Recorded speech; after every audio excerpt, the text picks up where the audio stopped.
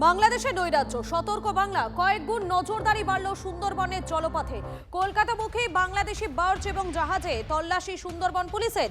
Hatania দোয়ানিয়া নদীতেও Bangladeshi barge এবং জাহাজে তল্লাশি। সুন্দরবনের ঘাটে ঘাটে পুলিশের নাকা তল্লাশি। অগ্নিগর্ভ পরিস্থিতি বাংলাদেশে, ফলে সুন্দরবনের জলপথে নিরাপত্তা বাড়ানো হলো কয়েক গুণ।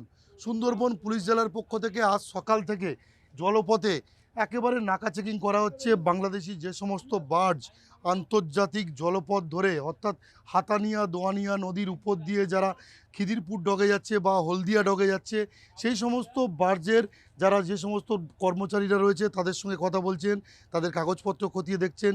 ইতিমধ্যে নামখানা থানার ওসি বিভাস সরকারের নেতৃত্বে বিশাল পুলিশ বাহিনী তারা কিন্তু লঞ্চে করে এই নাকা চেকিং চালাচ্ছে নদীপথে। ফলে তাদেরকে খতিয়ে যেমন দেখা হচ্ছে, তেমন তাদের কাছে কোনো বৈধ নথিপত্র রয়েছে কিনা সেদিকটাও খতিয়ে দেখা হচ্ছে।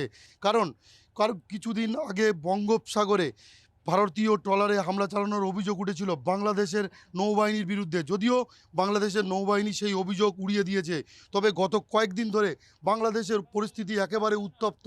সেখানে কিন্তু অগ্নিকাণ্ডের মতো ঘটনা ঘটেছে এবং মৃত্যু পর্যন্ত হয়েছে। ফলে এই যে জলপথের যে বর্ডার রয়েছে আন্তর্জাতিক জলপথ, সেখানে কিন্তু নজরদারি চালাচ্ছে বিএসএফ এবং উপকূলরক্ষী বাহিনী। তার পাশাপাশি সুন্দরবন পুলিশ জেলার পক্ষ থেকে সমস্ত যে জলপথ রয়েছে, মৎস্যজীবীদের যে ঘাট রয়েছে বা যে সমস্ত মৎস্য বন্দর রয়েছে সেখানেও নাকা চেকিং চালানো হচ্ছে। এছাড়াও খতিয়ে দেখা হচ্ছে প্রত্যেকটা বার্জ এবং ট্রলারকেও, এবং মৎস্যজীবীদের ট্রলারকেও সতর্ক করা হচ্ছে। যদি কোনো সন্দেহজনক কোনো ট্রলার দেখা যায়, তড়িঘড়ি যেন স্থানীয় পুলিশকে জানানো হয় এবং দ্রুত ব্যবস্থা নেওয়া হবে। তাহলে সুন্দরবন থেকে ক্যামেরায় সৌভিকের সঙ্গে শুভেন্দু হালদার, TV9 বাংলা। বাংলাদেশের এই যে উত্তপ্ত পরিস্থিতি, আপনারা খবর পেয়েছেন? আমরা মোটামুটি ভিডিওতে দেখি, ওইভাবে কিছু বুঝতেছি না। এই যে অগ্নিকাণ্ড ঘটেছে, এই বিষয়গুলোকে কিভাবে দেখছেন আপনারা?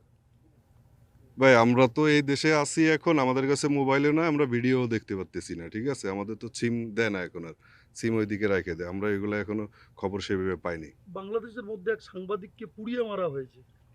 এই যে ঘটনা, এই ঘটনাটাকে আপনারা মানবিক দিক থেকে কিভাবে দেখছেন? না, এটা তো খারাপ জিনিস। অপরাধ যেই করুক তা তো বিচার হবে আইনি ব্যবস্থায়, তাই না? এটা তো খারাপ, কারণ পুরো মেরে ফেলবে বা করবে, এগুলো আমরা ভালো মানুষ, সুশীল মানুষ এগুলো তো আর চায় না। তাহলে কি এই যে উত্তপ্ত পরিস্থিতি ঠান্ডা হোক আশা করছেন?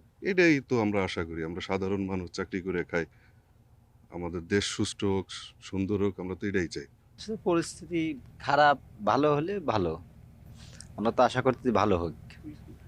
এই যে আগুন লাগিয়ে দিচ্ছে সংবাদ মাধ্যমের অফিসে, সাংবাদিককে পুড়িয়ে মারা হচ্ছে, এটা কতটা নিন্দনীয় ভাবছেন? এটা অনেক খারাপ।